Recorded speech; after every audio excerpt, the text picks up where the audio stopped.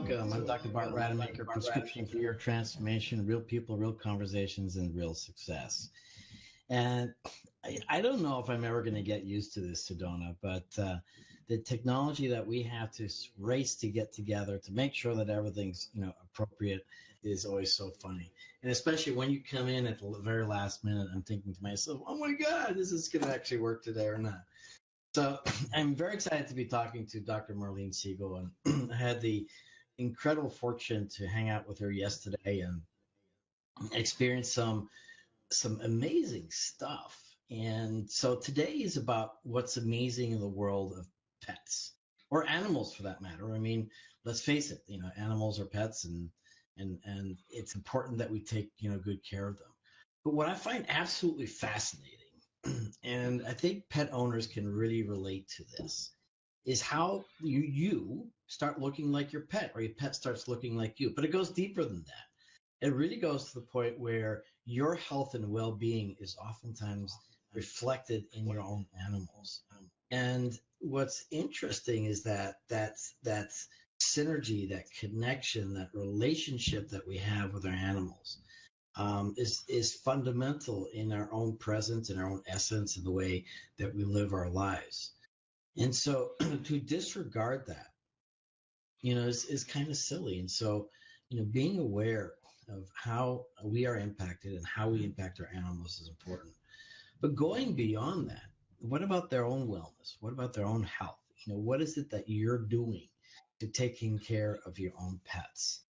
And are you also, following traditional medicine pathways? And if you're like me, who's trained, 17 years in the medical field and been working as a plastic and reconstructive and regenerative surgeon for the last 20 years, I totally respect, all the work that's done outside of traditional medicine. I mean, let's face it, Eastern medicine has been around for thousands of years, and they've proven over and over again, without any scientific basis, that it actually works. So we call that complementary and alternative medicine. And it's delightful to be talking to Dr. Marlene Siegel because of her innovative approach, to her ability to actually integrate both modern medicine and holistic or alternative medicine for her animals. But she doesn't stop there. And she's a thought leader, she's a speaker, she's an author, and she's a world changer to help both animals and their owners. So Dr. Siegel, thank you so much for joining me today. Always fun to be with you. Thank you. So we had a lot of fun yesterday. We were filming at your place, and today is about you. What is it that you do? What's important about holistic veterinary medicine?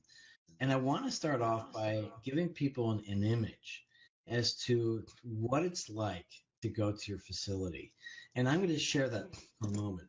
It's almost like you're going into this wilderness world and fantasy world in this clinic that's absolutely gorgeous. And you see murals of people and animals and fairies and all sorts of cool things, and trees and jungles. And they're on the walls, they're on the floor, they're on the ceiling. Well, maybe not the ceiling, but it's just a wonderful experience. You feel great when you walk in, and it's not like any other clinic. And I think that's the essence of the process by which we as healers or doctors can really begin the transformation, the healing process for our clients, both owners and their animals. And it was the very same thing in my own clinic when I had my own med spa. Instantly, when you walked into my place, people felt great. And I love it when you go to your place. That's exactly how I felt yesterday. And I was happy. It was fun. It was a great place to be at. So tell us a little bit about what you created. And then we're going to jump into the importance of what holistic medicine is for our animals. The interesting relationship that you then, a partnership that you then create with their owners, and you help heal them. And then also we're going to talk about the importance of the increasing incidence of things like cancer and other ailments in our animals as we see them in people. And then finally, this great conference that you're going to and it's the truth about cancer. And I think this is a very important conference that's coming up in October in Orlando.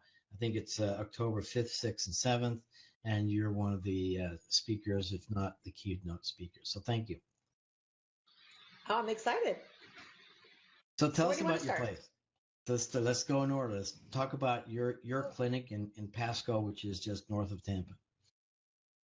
So I think the best way to start is that whatever we do in life, and I'm talking about myself or anybody, is it should be an expression of who you are. And who you are is what you do. So it's not that you can separate your personality and your spirit, mind, body, spirit all together.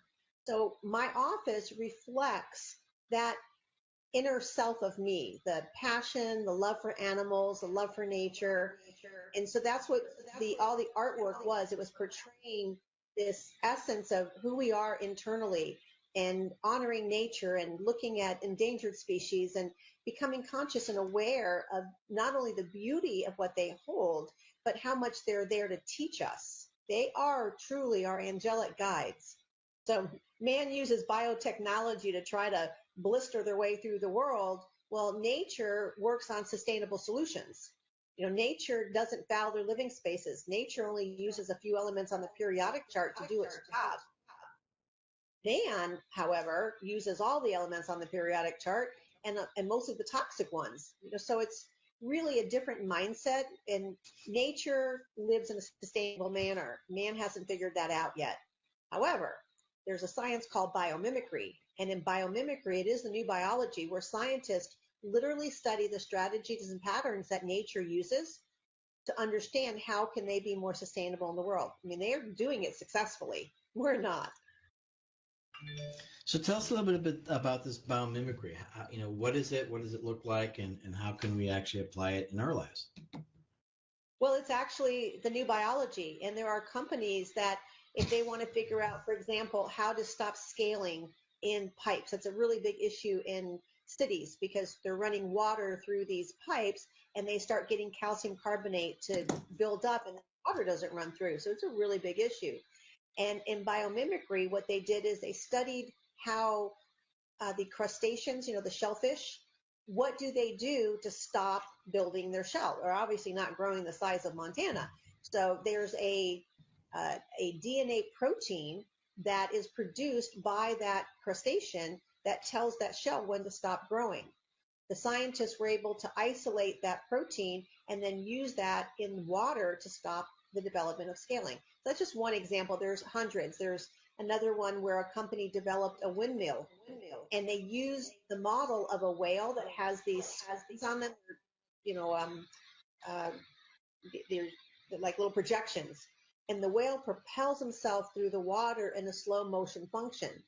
So this company designed a windmill in low velocity, windmills are high velocity, in order to be able to make this windmill work just like the whale works. And again, there's hundreds of examples. But when we start looking at how does nature solve problems, how does nature figure out what to do, there's models everywhere. We just have to stop long enough and look. How do bugs they make a chitin shell? It's like a plastic. But theirs is only using about 3 to 5 elements off the periodic chart, and it's recyclable. We make plastic bottles, and we use like 18 elements, and we can't get rid of it for 2,000 years. Which one is sustainable in there? Make sense? So it's interesting. I've never heard of this technology, and where can someone find more about it? There is a woman by the name of Janine Benymus, Benymus, and she has several TED Talks. She has stuff on YouTube, and she's a great speaker. She's a great educator, and she gives a boatload of examples for people to be able to see companies that are actually using this technology. Love it. So let's move on with your holistic approach, because what I like people to appreciate, and I think this biomimicry is an important aspect of our sustainable living, and so is the holistic approach. Just understanding the natural elements in the world around us that affect us and tapping into that resource or essence, and creating a healing environment for ourselves, which in fact in one way I would say is also sustainable. It's a sustainable for a longer life for us, because I foresee the doctor of the future, and obviously the vets of the future too, as people who will not be prescribing drugs and not be performing surgeries, because they'll be tapping into what I call the brain intelligence, the body intelligence, as well as the energy intelligence. That's also what this platform is all about, is how can we tap into that intelligence around us, just like you were talking with this biomimicry. And so share with people, what is holistic veterinary medicine really about, and also with the emphasis on how you also just treat the owners as well as the animals. So let's understand the model that we're living in right now for Western mindset. I call it a pill for an ill, or a symptom-based approach. And even if you look at the model of how the medical world is developed, you have ear, nose, and throat, and then you have a dermatologist, and then you have the liver guy, and then you have the kidney guy. Everybody's separate. It's one body. It all talks to each other, but that doctor only focuses on that one organ system. Well, that's not really a sustainable approach, because you've got an entire organism, right? And if you don't treat the whole organism, then you're not treating in a more, I keep using the word sustainable, but in a manner where the whole body heals. What are we? We're just a bunch of cells that are all resonating, and we're frequency. Well, if you're going to truly heal, what does that mean? That means that you're healing at the cellular level, not at the symptom level. The symptom is simply the warning sign that your body's telling you that there's a problem. The healing level occurs at the cellular level. So everything that I do involves working with the 5 energy bodies, which are the spiritual body, the mental body, the emotional body, the etheric body, and the physical body. I don't know that we have enough time on this show to go through each one of them, but let's just know that there's 5 energy bodies. And you have to heal in all 5 energy bodies, because those are all part of who you are. And that's why we use sound, and we use light, and we use smell and color, because those are all part of that healing mechanism. Does that make sense? Yep. Well, in the Western world, they focus on the physical body, and they only focus on the symptoms. But that's not addressing why the problem occurred. I mean, 99% of the people that I talk to, I'll say, what do you do if you have a headache? And their answer is they take an aspirin. And then the headache goes away, and they don't think twice about it. But why did the headache occur to begin with? Why do they have aches and pains? Somebody said to me today, well, my dog's getting older, so I kind of expect him to age like a person and get aches and pains. No, you don't. That is not normal. That is a sign of dis-ease. So I don't say I don't use the word disease. I say disease. The body's not in balance. Get that from Chinese medicine. When the body's in balance, it works beautifully. When the body's not in balance, then you have. So my approach, and I want to warn people, because the buzzword now to talk about the alternative medicine, and I do holistic medicine, and so you hear people talking about that. But if all they do is one modality, it's certainly better than nothing. I'm not criticizing. But what they're basically doing is they're getting really good at one thing, but that's like getting the Western mindset where you have the ear, nose, and throat person, then the liver person, the kidney person. Energy medicine isn't one modality. It's a lifestyle. It's a mindset. It's a way of living where you honor how the body works. So it makes sense to me that you treat the body as a whole. Where does that start with? If you have a swimming pool and you want to keep it clean, what's the first thing you don't do? You don't pollute it, right? You don't start putting toxins in there. And so you want to make sure that step number 1 for the body is we stop polluting the body. And it's appalling to me that there's so many doctors out there on the veterinary side and on the human side that they're just chasing after the symptoms, and they're giving a pill for an ill or an herb or an acupuncture treatment, and they're not addressing the root cause. And the underlying cause of all dis-ease is inflammation, right? So where does inflammation come from? It comes from a bad gut, leaky gut. So we have to back up a little bit and start taking responsibility for, 1, stop polluting our bodies. And that includes stress, that includes genetically modified foods, that includes toxins from the water, that includes the toxins that we're absorbing through our skin, that includes what we're spraying on our lawns, and even includes our negative thoughts. That's a huge one. How many people do we run into and they're just, oh, woe is me, and they're frustrated and they're tired and they're just complaining all the time, and it's the negative this and the blame that. Well, I love to say to people, when you blame somebody, I hope maybe this comes out. When you're blaming somebody and you're pointing that finger, there's three fingers pointing back at you. You got to take responsibility for where does the buck stop? And the buck stops with ourselves. We need to stop blaming others for the conditions that we're going through, for the stress, for all the problems that we have in our world. Even can't be blaming Monsanto. If we're buying the stuff that they're producing, then shame on us. But we do have choices. We can draw a line in the sand and say, you know what? I don't have to live with that anymore. And then you stop doing it, and then you influence your family and your friends. And before long, you've made a huge change in the world. So here's a question that I have for you. And it's really, why is there so much resistance for people to begin to appreciate the benefit of wellness and the benefit of having a better lifestyle? Why is it that we simply seem to escape to the need to have and to intoxicate ourselves, to rely on medicines because it just seems more convenient? When the truth is that if we don't take care of ourselves well, we're going to have early onset of disease. I mean, ultimately, I think our body does break down. But why not, prolong our well-being for 10, 20, 30, 40 years because we're making smarter choices? So what do you think is the real challenge for people for not doing that? And let me ask you this specifically for their pets.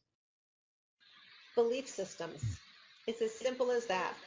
So remember I mentioned there's 5 energy bodies. You have your spiritual body, you have your mental body, your emotional body. Our belief systems come from the thought that we create and the emotional attachment we put to it. Does that make sense to you? Yeah. So what happens is, as we're growing up, we're from birth to 7, we're viewing the world through our experiences. We're not passing judgment. At that point, your brain is in a more theta brainwave, so you're just recording everything. So how your parents or your caregivers respond to stress, money problems, relationships, work issues, interrelationships, other siblings, that becomes a belief system of yours because you've observed that and you've recorded that. Now, as you get older, if you became aware of that, you would realize that there was an emotion attached to that belief. That's why some people think the glass is half full and the glass is half empty. It's the same glass. Why do people see it differently? It's because they have a different belief system. So if that's all they've ever known, then that's going to be what they believe to be the truth. It's actually not the truth. It's just what they believe to be the truth. Now you look at all these doctors that have come out of school, whether it's human or veterinary, and their belief system is simply what they've been taught. So if they aren't taught something different, you know what you know, and you don't know what you don't know. So you only can draw from those experiences that you have in your conscious memory or subconscious memory that you have programmed in there. So what we're trying to do is help people to understand that some of the belief systems that we have taken on as our truths don't have to be our truths, and maybe they're not even our truths. Maybe it's something we just recorded because we observed it, and then we kept repeating it to the point where we believe that's what it is. So as I help people to become more aware, here's a great example. I would say a good 80% of the population that owns pet feeds them processed foods. Now, nobody intentionally poisons their animal. Nobody. But if they don't know any better, they'll come in and they'll say, well, I'm buying the best food out there because they heard an advertisement. Somebody in the pet store said this is the most expensive and it's the best food. They don't know why they're being told that. They're just trusting the belief system that that somebody on the sales side is telling them the truth. Same thing with our doctors. We want to believe that our doctors mean the best for us. And I truly do think that most do. Veterinarians are some of the most compassionate, kindest, well intended people on the planet, but they only know what they know and they don't know what they don't know. So I have listened to specialists, these are board certified veterinary specialists that are still promoting processed food diets while their client is spending thousands of dollars on chemo. The very thing that caused the problem, they're still doing that. And yet they're, do you get where I'm going? So I think what we really need to do is start waking up and becoming more conscious and more responsible. And people need to stop just accepting the fact that they're getting older and they're feeling bad. I don't think that's, and so I refuse to make that my belief system. We have one vehicle to carry ourselves through this planet, at least for this dimension. Our pets, they have one body to go through as well. So there's no redos, there's no mulligans, and you can't trade it in for a new model. It just makes more sense to start taking care of your body. And since we're not taught how to do that, we have to go a little bit further outside the box to be able to start getting that information, which is why programs like yours, why the truth about cancer is transforming the lives of millions, because it's giving people other options. So before we go into the truth about cancer, I want to ask Sedona, because she's our future generation. She's the youngest generation that I'm getting to connect with. And so what Dr. Siegel said was really, really interesting. And it's also the basis of my platform here, is what you don't know that you don't know is going to make all the difference. And so what's interesting is that you take like the baby boomers and and even, older generations or younger generations than that, before and after that, that they're relying on the system of information that Dr. Siegel just provided. But do you think that your generation is different insofar that, their connection with technology and information is so much better that you might feel that you will be better informed about your personal wellness and lifestyle so that you can make better choices? Do you think that's the case? I feel that it's interesting because we do have a lot of technology and a lot of options to learn that, but I still know that, myself included, and the majority of my friends, we still don't really know how to take care of ourselves. Everybody kind of throws information at you. There's all kinds of different lifestyles and diet changes and all kinds of things, but it seems like every couple months or every couple years, something new comes out that's supposed to be better than it was. And maybe it's because we're getting more information, or maybe people are just looking at it from both ends. Like 10 years ago, they said eggs were bad for you, and now they say that's one of the best protein sources. And people still like constantly fight about whether dairy products are good or bad for you. And truthfully, I just think you can do anything you want in moderation. That's what I've been taught my whole life. And there are certainly better options. And since I've gotten into college and into school, where I became a lot more responsible for what I was eating and what I was doing and exercising, it's kind of what you were saying, like there's so many options out there, and you just have to live with the choices that you make. And if you're hurting, then you need to reevaluate what you're eating. If I sit around and eat ice cream all day, which we probably have done that at some point. Everybody has had days where they just eat a lot of crap, and then the next day you just have to realize, like, okay, that was a bad decision. My stomach hurts. But my question is, are you guys realizing that? And are you making different decisions? Or, is just saying, look, I'm going to go to McDonald's in moderation, but then I'm going to go to Burger King in moderation and Chick-fil-A in moderation. And by the end of the week, all I do is eat fast food. And do you eat fast food? Oh, I sure do. And I can tell you, oh, I know, it's so bad. It's so bad. And I can tell you that most of the time, and this is such a dumb excuse, but it's like seriously what so many people live by, is there just isn't like the time or the resource to always find something healthy. There's just not enough time in the day to go. When I go to work, they don't let me bring stuff that I brought from home on the bus, and there's no grocery stores around here. So the only thing I can do is go to the mall and get a smoothie and then, or like a salad there, but then it costs you $1 million sometimes to do that. So I'm still working on finding those options. Yeah. Well, we've had this conversation before and last time. And for example, if you go to Costco, for example, you can buy those small things, and and they're like small little meals that are great, by the way. So, um, no excuse there, Sedona. You're not off the hook. I just need a bigger bag. I think I need a bigger bag to hide things on the bus. But I'd like to make a point here. If every time somebody ate something that was really harmful to their body, a brick fell on their head, it wouldn't take very long before you would take whatever measures it took to not let that brick fall on your head. What's happening is people don't feel the consequences of their actions. But if somebody were able to say, if you look in the future, in 10 years from now, how old are you, Sedona? In your 20s? 19. You're 19. If somebody said to you when you're 28 years old, God forbid, that you would have cancer and you will die before you're 32, would you make those changes? Oh, yeah. I mean, I'm sure anybody would try to. Exactly. So here's the point. We don't make things a priority because we don't have enough pain in the game.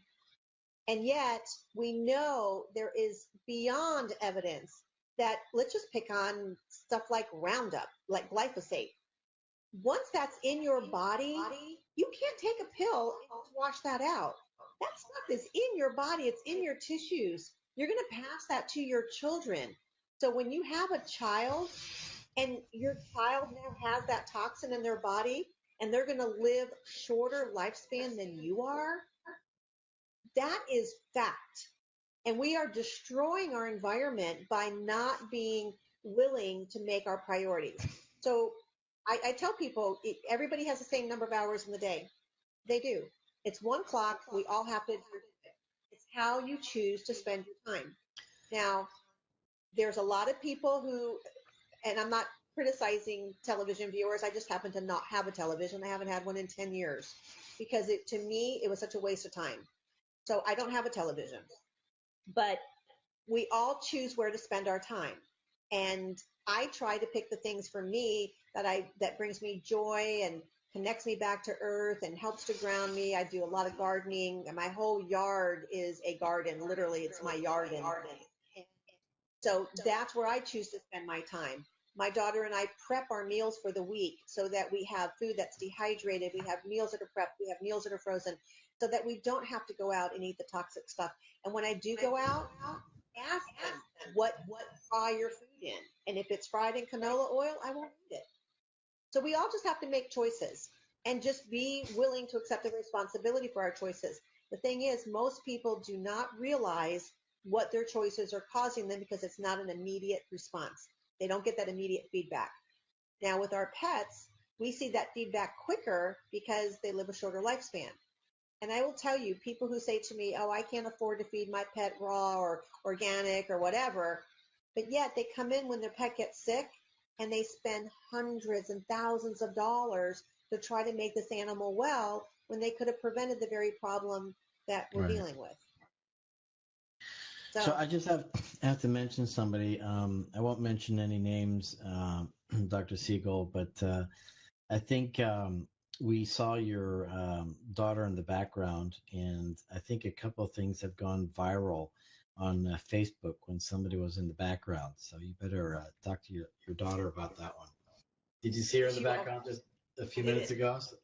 So you better warn her. If she doesn't want to go viral on Facebook, she better not be walking behind you again. Okay. So I might edit this one. Huh? No, I'm not sure. I think she was half naked there. She shouldn't. We just came from work, so she should have clothes on. I am upstairs in my office, and the bedrooms are right behind me. Sorry, guys. All right, so you can watch the replay on this and see what happened. But here's what's interesting, and it relates to some of the things that you shared earlier about beliefs, and a lot of the spiritual growth than I think that's happening in the world today, because people are just beginning to realize that there's something definitely missing, and they're searching beyond, your traditional news outlets and media outlets and everything else. And I just want to um, share with you, Dr. Siegel, that our future broadcasting business is in the hands of Sedona here. So, but the point of the matter is that um, when we choose to become more evolved, and so that's understanding, where those belief systems come from, where it's understanding, what caused us to believe what it is that we believe. And it's not about psychoanalysis or anything, but understanding that at some point, as an infant, and you're completely dependent on your parents to feed you, and you reach a moment that for some reason you're one of the parents or both parents are taking care of something else, and so you don't get fed and you're in pain. In that very moment of stress and trauma, you're making a decision about what that means, what that emotion means. And all of that's at a very unconscious level. And I believe people just simply don't understand that part of their lives, or they're not even, it's not even brought to their attention, if you will.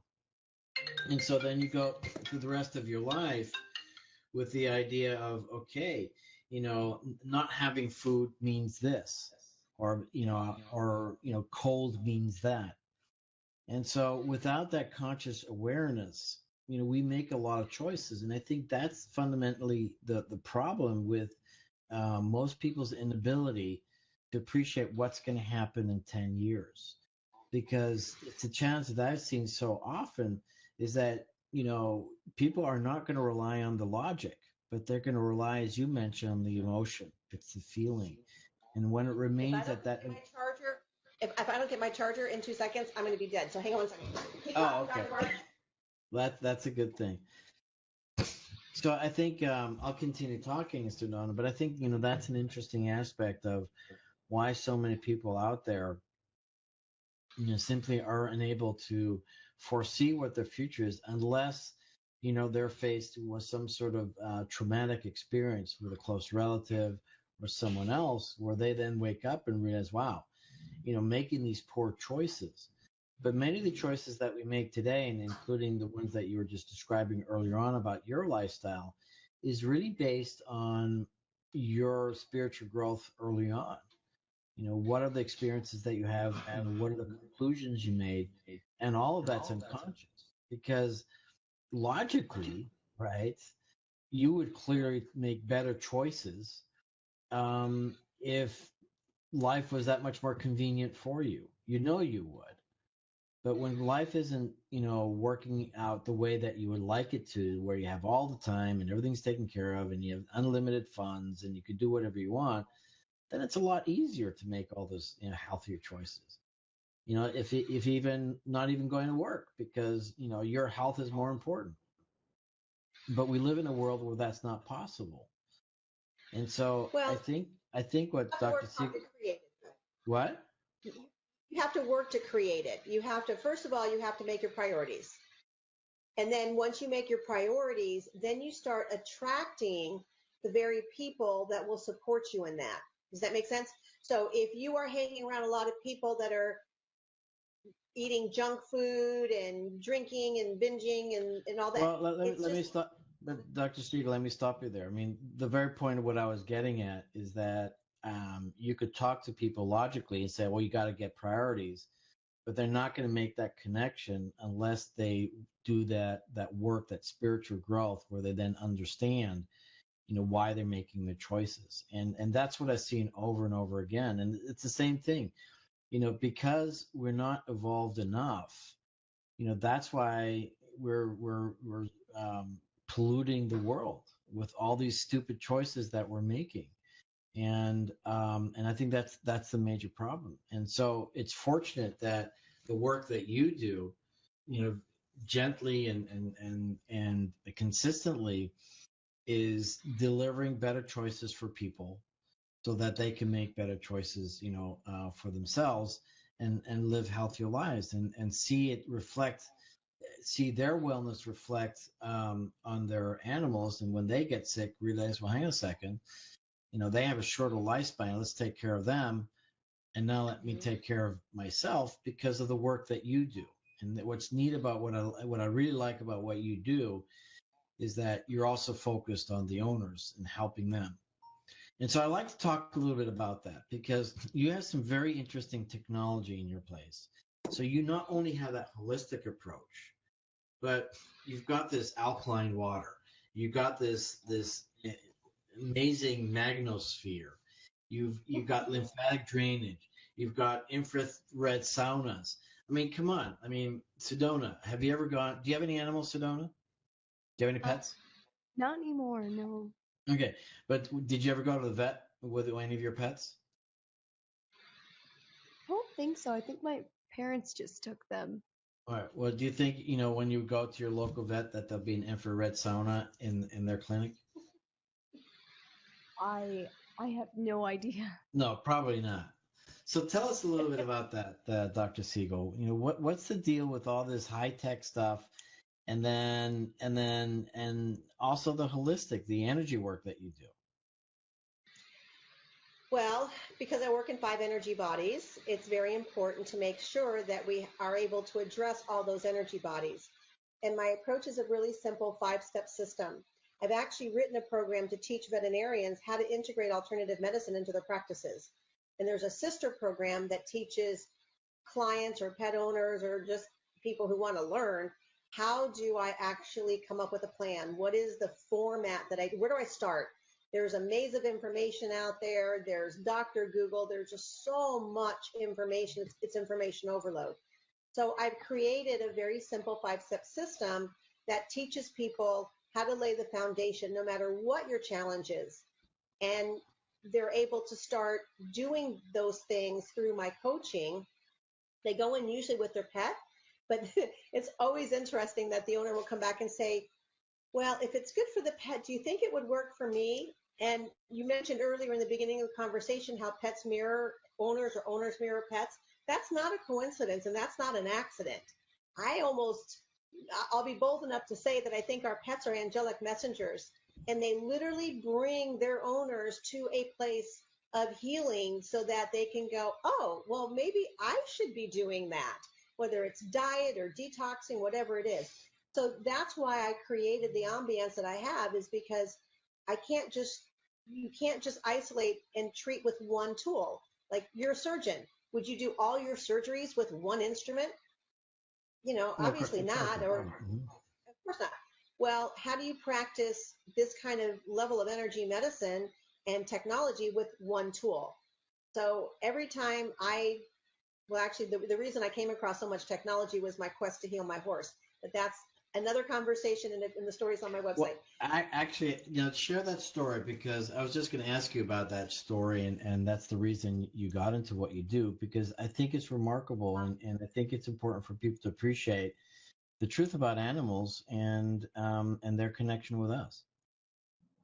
If you stop and think about it, people who have made big impacts in the world, big transformational leaders, have all experienced some kind of life transformation, some incident, some trauma, some challenge that forced them to leave that mindset. Yes? Right. And mine was my horse. There was an incident where my daughter was riding, and it could have been a fatal accident, and this horse saved her life. And it was in my quest to heal that horse that it really led me here. And when I had equine doctors come out and look at this horse, they said, oh, well, we don't know what's wrong with her, but she's not safe to ride. So you can either retire her or you can put her to sleep. And it was in that moment that I really understood what people feel when they're told, I'm sorry, there's nothing more I can do for you. Failure was not an option. I was just not willing to accept that as an answer. And so that began my journey to find answers that just didn't exist in the Western world. And as I looked, I found another teacher, another tool, another teacher, another tool. And it was just amazing, the expansion. And of course, then I started integrating that into my personal life because it just made sense. And that's what it evolved into. So I became certified in natural health. I incorporated that lifestyle for me. And it is not what I do anymore. It is literally who I am. Let me just emphasize one thing about the accident, and so the listeners are very clear on this, is that her daughter was riding the horse and there was an accident, and the way the horse could have fallen could have severely injured, if not, killed your daughter, but the horse made a different choice. And because the horse made a different choice to save the girl, the horse got severely injured. And I think that's a remarkable story. It's like, wow, here's an animal that really cares so much about a person that they sacrifice their own well-being, and I think that's remarkable, and that's a remarkable story. It So was. I like. And what was even better is after I was told that she would never be able to be fixed or healed or whatever you want to call that, 3 months later, she and my daughter won their youth national competition, which was they were reserve national champion. They came in second place in the entire United States, and they won reserve national champion. It was remarkable to see this horse recover. But I was absolutely diligent. That I was so focused on I was going to find a cure for this horse, and it just took me into areas I would never have imagined. Scientific and woo-woo. Covered it all. There was nothing off limits for me. If it had a potential for helping, I was going to learn it. And you know what? Nothing should be off limits to all of us if we're honest and we get the results that we're looking for. And I think that's key. So we have about 15 minutes left, and I just wanted to reach out on two things, or three things actually. Number one, the incidence of disease is increasing, partly, I'm sure, because of the kinds of foods that we give our animals.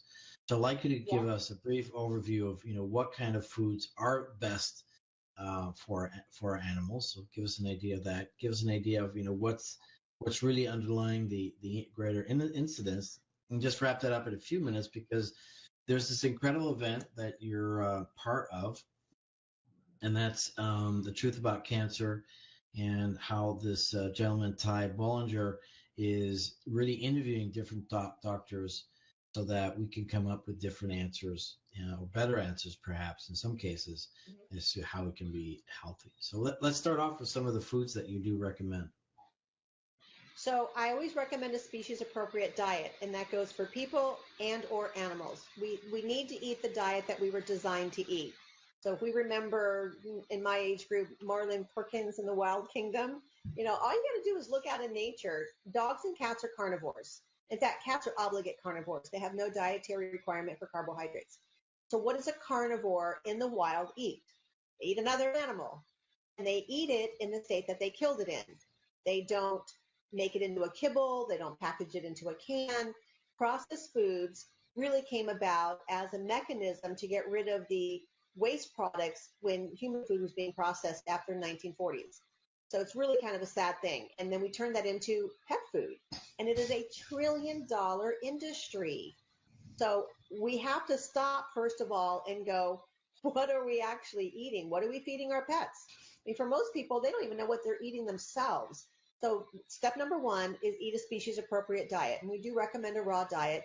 There are some commercial companies available. You just have to work with somebody who's educated, who understands the diet. It is not about going to Publix and dropping a piece of chicken on the floor and calling that a raw diet. We're talking about a balanced diet. Animal in the wild would eat through the organs. They would eat through the intestinal tract and get their probiotics. They ate muscles, they ate cartilage. They even ate through some of the outside fur, and that's how they even got some of their fiber. So it was a real beautiful mechanism. They ate a very balanced deal. Somehow they innately knew how much organ meat to eat compared to how much muscle meat and how much bone. So we don't want to just feed an unbalanced diet. It needs to be a species appropriate, balanced, raw diet that isn't processed and full of chemicals and hormones and pesticides. Step number two is water. We're 70% water, so is our pets. Water is the most important element in our body. You can go without eating for weeks, but you can't go without water for more than a few days. So water is critical.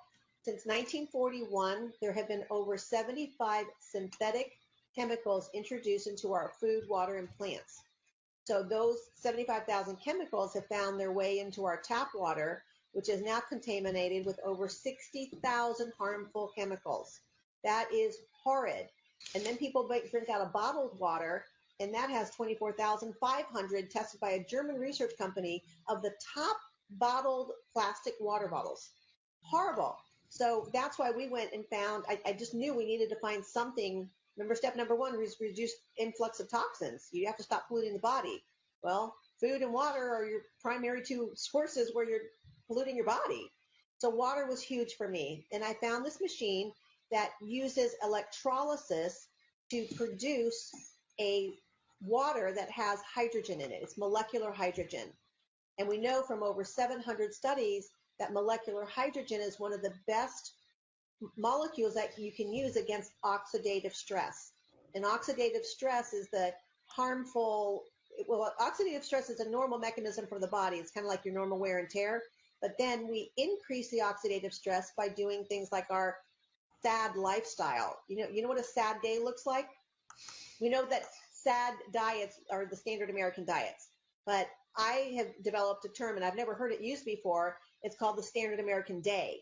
And that's a day that starts out being sleep deprived, and then the stress of the children, and stress of work, and stress of money, and stress of family, and stress of bad food, the sad food that you're eating. So all of that is happening all day long. So step number one, eat a species appropriate diet that's clean, no processing, no sugars, no bad oils, etc. Step number two, a clean water. And I would encourage people to look into the Echo H2 water. It's made by Synergy Science. And if you contact me, I'll give you the information on how to get a hold of them. An amazing machine. 4 things. 1, it produces molecular hydrogen, which is the best antioxidant you can put in your body. Step number 2, it is highly filtered. It even takes out Roundup or glyphosate, along with heavy metals and most of the other toxins that are in our water.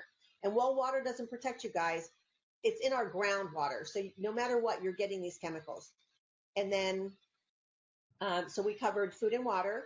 And then we have to start looking at what we're using in our households. Are you using toxic chemicals? Are you using toxic cleaners? What are you washing in? Are you using endocrine disruptors in your laundry soap? You really got to address even electromagnetic frequency. Really important to be minimizing that. And there's companies that now make, once you identify, we actually go out into people's homes and we test to see what is the EMF pollution that they have. And then there's a company that we use that offers mitigating services. So they help you to minimize the amount of EMF toxicity that you're getting. So that's step number 1, is you got to stop polluting the body. Does that make sense? Yeah, that's perfect. So tell me a little bit about the increasing incidence of disease. Obviously, we know where it's coming from, and it's processed foods, it's the toxins. But what is it that you're seeing, just so that people are becoming more aware of this and start making better choices for their own pets? I would say cancer is absolutely, hands down, the most rising disease that we see in our pet families. And when I started practicing 3 decades ago, we would see 1 or 2 cancer cases a year. I am now seeing 4 to 10 a week. I had a dog come in today, wasn't even having symptoms of cancer, and we took x-rays to see if the dog had arthritis and had lung cancer. I mean, advanced stage lung cancer. And he wasn't coughing. That was the sad part. The owner had no clue. She just knew the dog wasn't feeling good, wasn't eating as well, and seemed to be having a harder time moving around. So she just assumed, he's 10 years old, that it was going to be arthritis. So, Hey, by the way, your daughter's in the background again. So. No, she's not. Oh, she was. So, Alyssa, I'm filming. so anyhow, let's talk about the truth about cancer.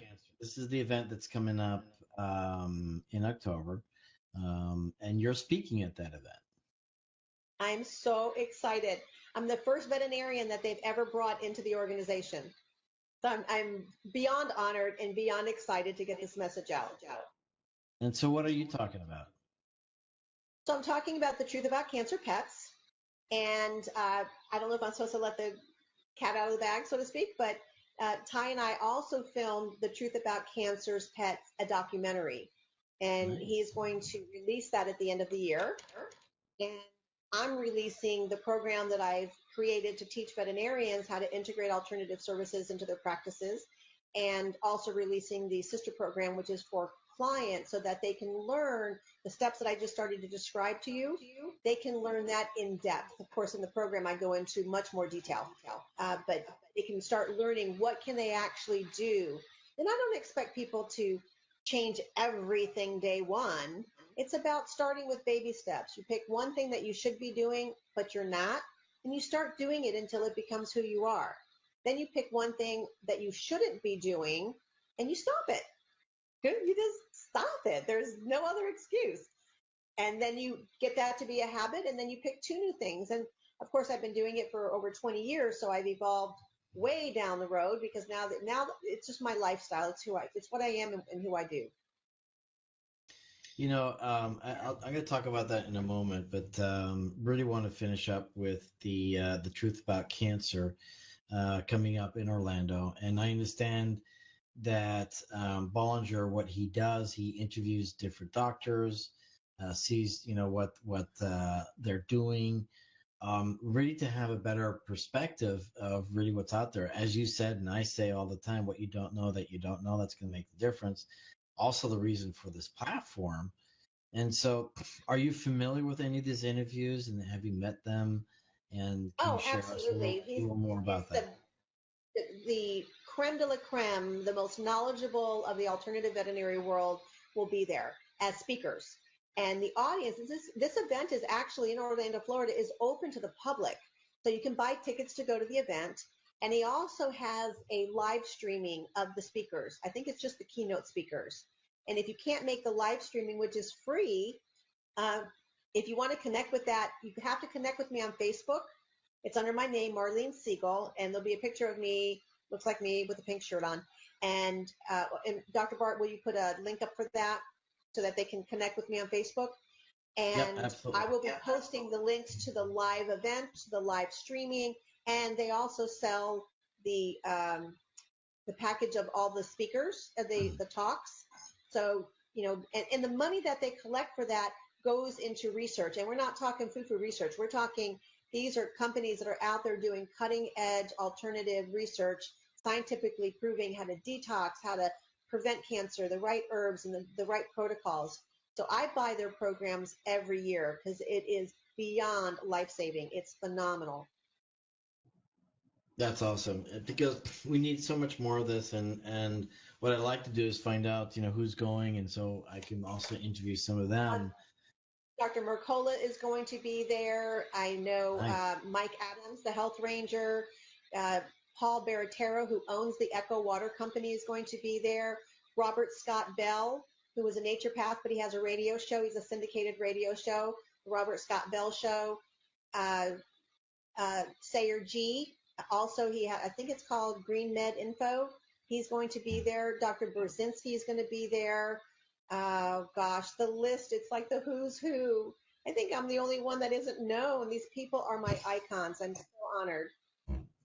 Well, you're becoming more known, and so should you be, because of what it is that you're doing, and you're spearheading a much more beautiful approach to the wellness of our own animals, and as well as their owners, because it's so critical that we start adapting new lifestyles.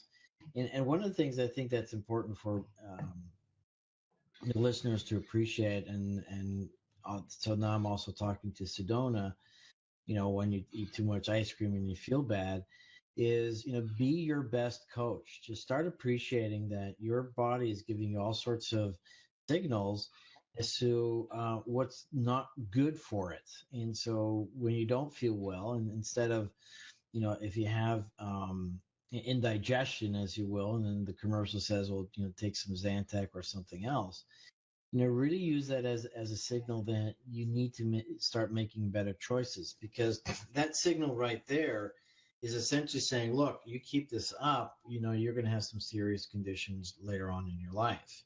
And that's really what it is. And so, being aware of how your body is responding to what you eat, what you drink, how you sleep, and things like that. In my particular case, for example, I just changed, cleaned my carpets, got a new mattress, getting new pillows and things like that, because I'm responding to the fact that I'm not sleeping as well as I like to sleep. And so taking matters in your own hand, I think, is essential. And then finding people like Dr. Siegel and to help guide you in making better choices. I just sat, for an hour in this magnosphere, and it was an amazing experience. You could tell that it was rebalancing the electromagnetic fields of my body, and clearly is going to have its benefits. And so I think we have to wrap up, right, Sedona? Can, So I'm can I just Dr. make one Bart. more comment? Yeah, you got I 10 just, if I seconds. can add one thing, you said it so eloquently, is develop your tribe. So not only pick what you want to have in your lifestyle, but surround yourself with those people that can hold your hand and walk you through it and encourage you. And it's okay if you fall down. Somebody's going to pick you back up again. So hang around with those like-minded people. They say that you are the average of the 5 people that you hang around. So look around at the 5 people you hang around the most. Is that who you want to be like and look like and live like? Is that what you want? And if Right. not, think Right. about And, making with, some and, changes. and with that great advice, we're going to sign off. I'm Dr. Bart Rademaker, Prescription for Your Transformation, real people, real conversations, real success. Talking to the enlightened Dr. Marlene Siegel, and go watch her at the Truth About Cancer in Orlando next month. Thank you so much. Connect on Facebook.